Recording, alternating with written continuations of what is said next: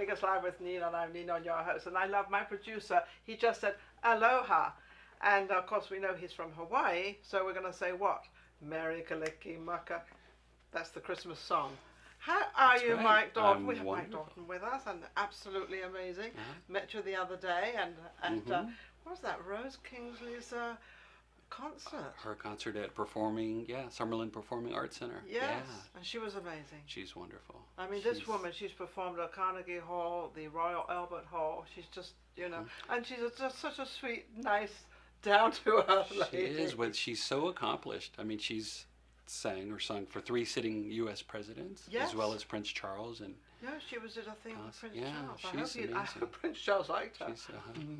I feel fortunate to be able to work with her now. Yes. Because we're trying to... Are you working with her now? Working with her now. Yeah, we're actually putting her, getting her into the Smith Center, as well as Caesar's Palace. She told me that. Because of your connections, Yes. Yeah, so... She told me about... I said to her, I didn't think that she, for who she was, should really be in the library. That was very nice to be there. It's true. But I felt that because of who she was and where she's performed, she should be in something, really, really cool. So I gave her the name of somewhere in the Smith Center, because I used to know a guy, Norman, but I don't know if he's still there. I think he left, so they gave me somebody else. And then, of course, I knew this guy also at Caesar's Palace, so we're trying to get her into all... So then she said to me, she said, would you be my manager? And I said, oh, that's all I need. One more job, that's all I need to take care of. So I said, no. Now, let's get down to you. Now, you're a mascot for the... Raiders? For the Las Vegas Raiders, the football team. Yes. Yeah, and then the AAA Las Vegas Aviators baseball team. The baseball. Now, the Raiders have had a bit of a rough time because we got the COVID. I mean, we got this incredible stadium built. Yeah. Right, right on sort of on it's the 15 freeway that you can see. There's a beautiful building, and nothing's happened yet. It's like, so you're the mascot for it. You didn't dress for me, though. For them, no. Oh no, they wouldn't let me wear the suit. I'd have to pay them a lot of money. But really? Yeah. So I've been doing appearances for them. Of course, the first game's going to happen later this month at Allegiant Stadium. Yes. So, there was something happening. Was it last Sunday? There was something going. Oh, I don't. Maybe it wasn't the Raid.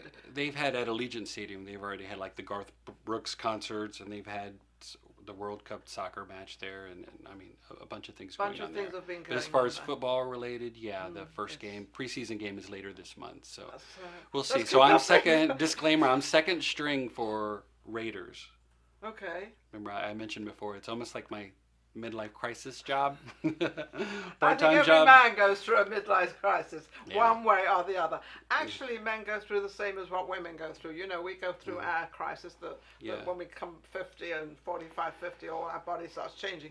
And then you buy a sports car. Then you... Ask my wife right there. Yeah. Well, no, I bought a Bentley. Did you? I bought a Lamborghini. So. Oh, you bought a Lamborghini. So we're in turn, right? I think that's great. So anyway, so you go through your midlife crisis.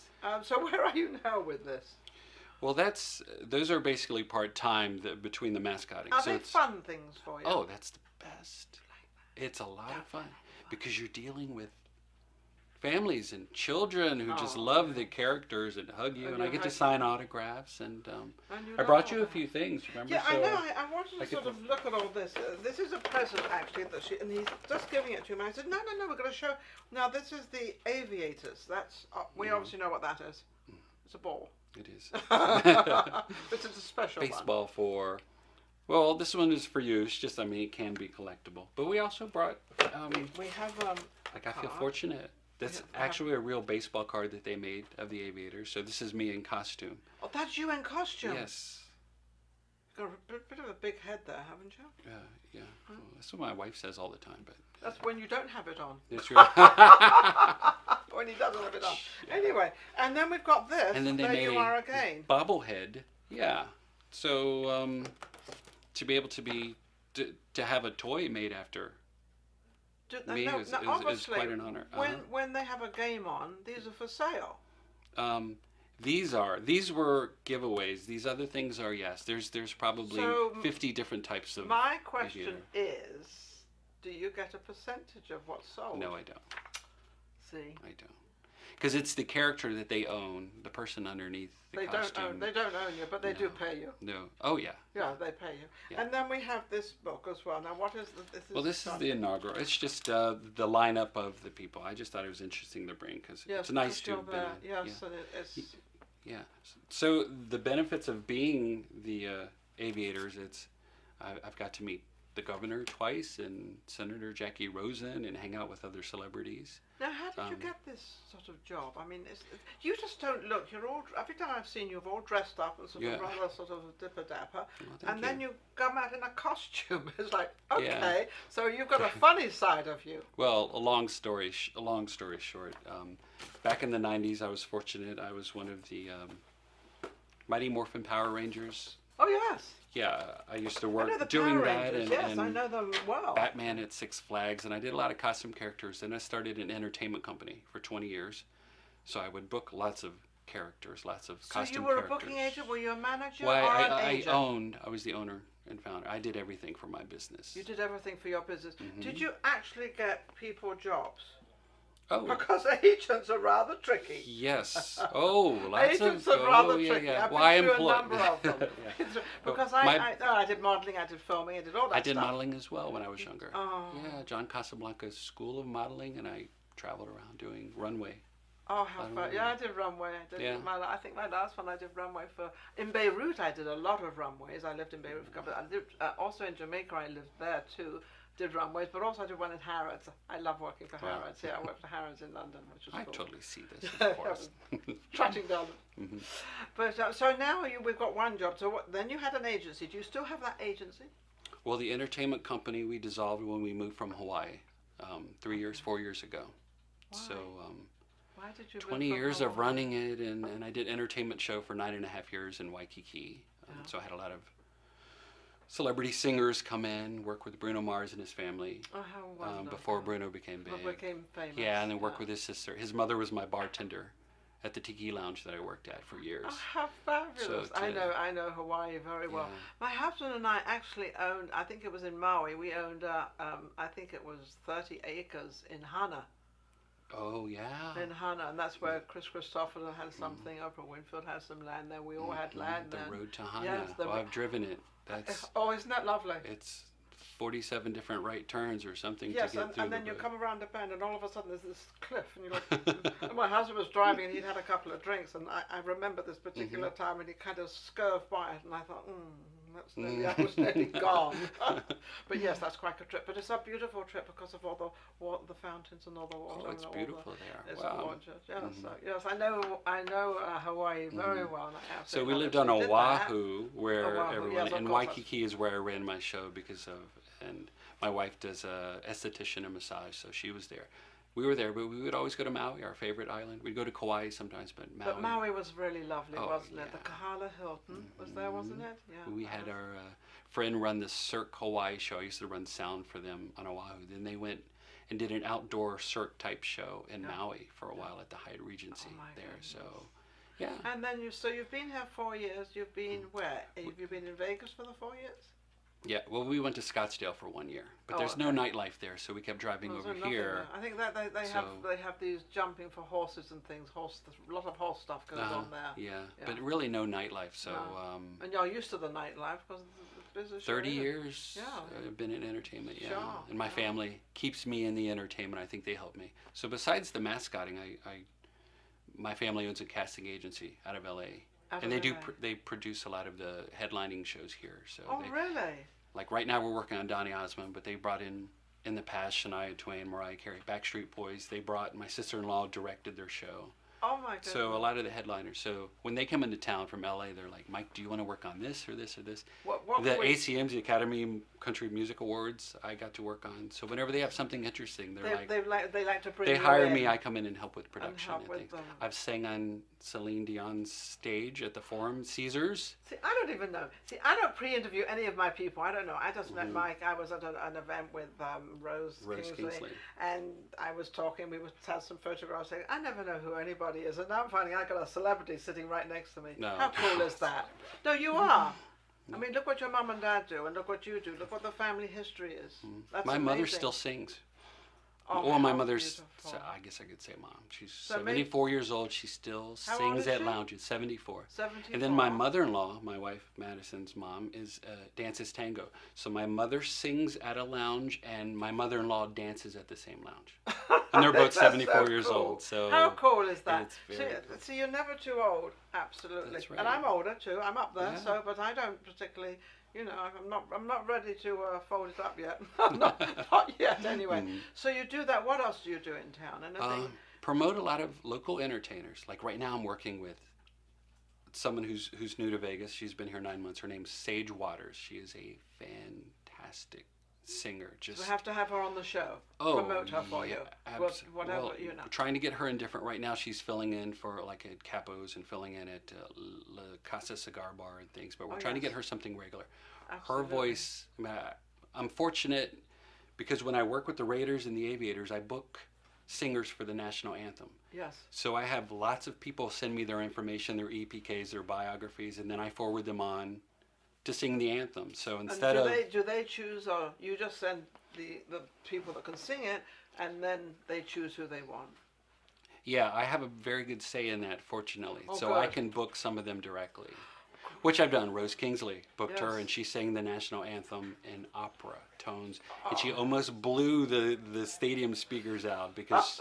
I can imagine. Yeah. I can imagine. Yeah. So Absolutely. Fortunately, other people like Ashley Fuller at Rita Lim, who's Yes. wonderful. Oh, Rita Lim. She's getting a Ryan big name. Baker. Listen, she's getting a big name for herself. She is. Rita is. But Rita she's is wonderful. I've known She's, Rita for a long, long time, and I remember I was downtown Las Vegas, and she came up to me. We were talking and everything, and she was singing down there. And she's always been that go-getter. Yeah. And everybody thinks it's going to come to you, and it really doesn't come to you. You've got to really go out and get it, and that's what she does. And her husband or boyfriend, or I don't know, but anyway, he also helps as well. So Dave Siegel, he's yes, fantastic. He's yeah. fantastic. Well, Rita's been working for 10 years pushing, and now things are really paying off for her. She's wonderful. Yeah. My wife Madison and I like going to see her because she sings a lot of songs by Sade.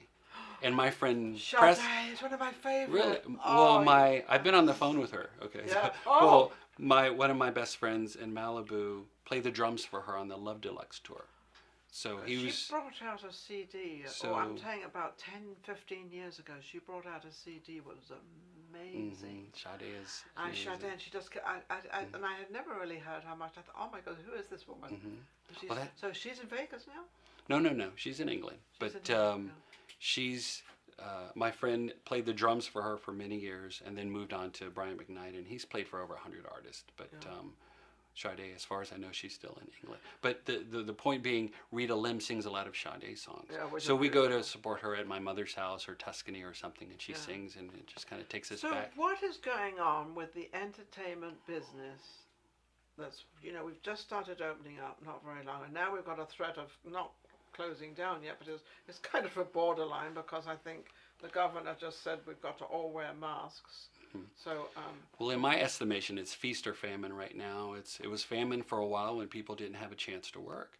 And I think what a lot of people don't understand is singers or musicians, they don't make as much money as people, the general audience, would think.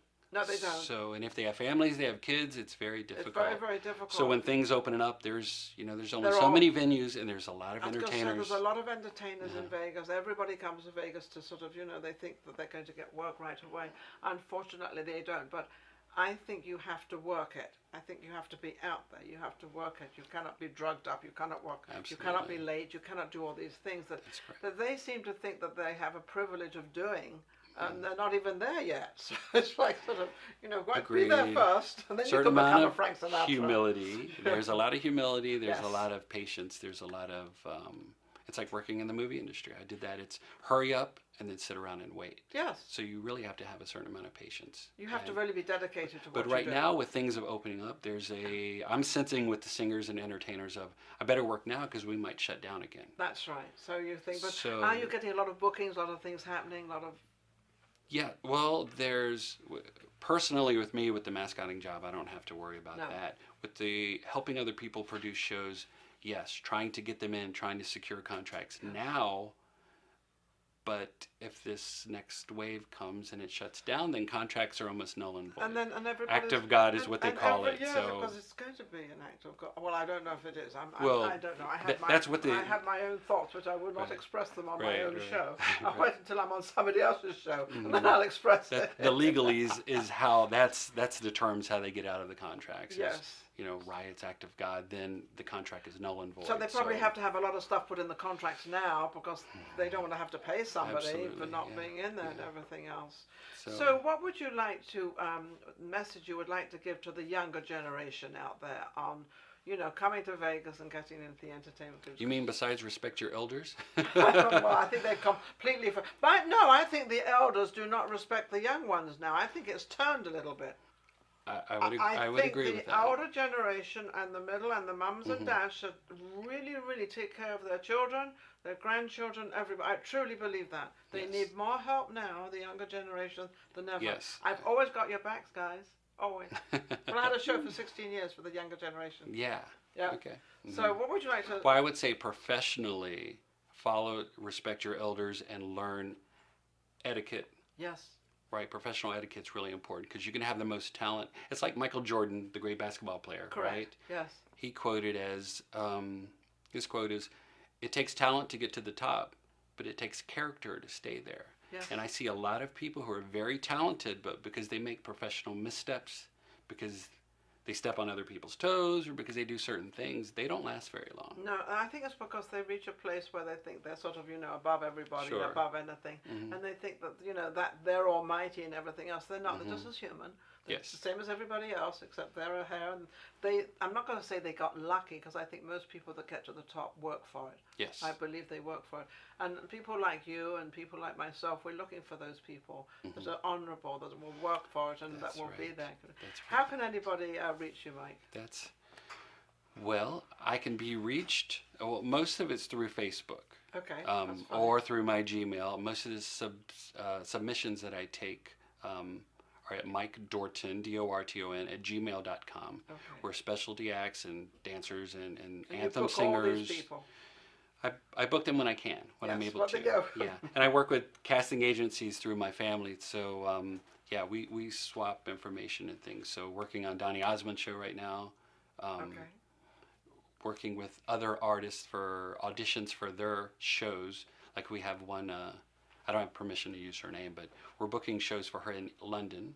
Oh, fabulous. As well as she's doing shows at Mandalay Bay now. Where in London?